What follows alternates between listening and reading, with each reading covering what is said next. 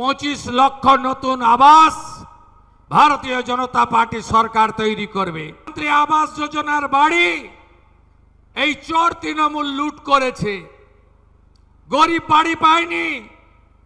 মোদিজি 30,000 কোটি টাকা দিয়েছেন, তার লোক ধর্ম পালন করে 40 লক্ষ বাড়ির জন্য। আপনারা পাননি। রেজিনগর, বেলডাঙ্গার, সাগরদিঘির চোর তৃণমূলের প্রধানরা বাড়িগুলো বিক্রি করেছে, গরিবের বাড়ির টাকা পাইয়ে দেয়নি। নিজেদের গোয়াল ঘর, ফিশারির ঘর, অবৈধ ঘর, 3তলা পাকা বাড়ির মালিকও বাড়ি নিয়ে নিয়েছে। 25 লক্ষ নতুন আবাস ভারতীয় জনতা পার্টি সরকার তৈরি করবে।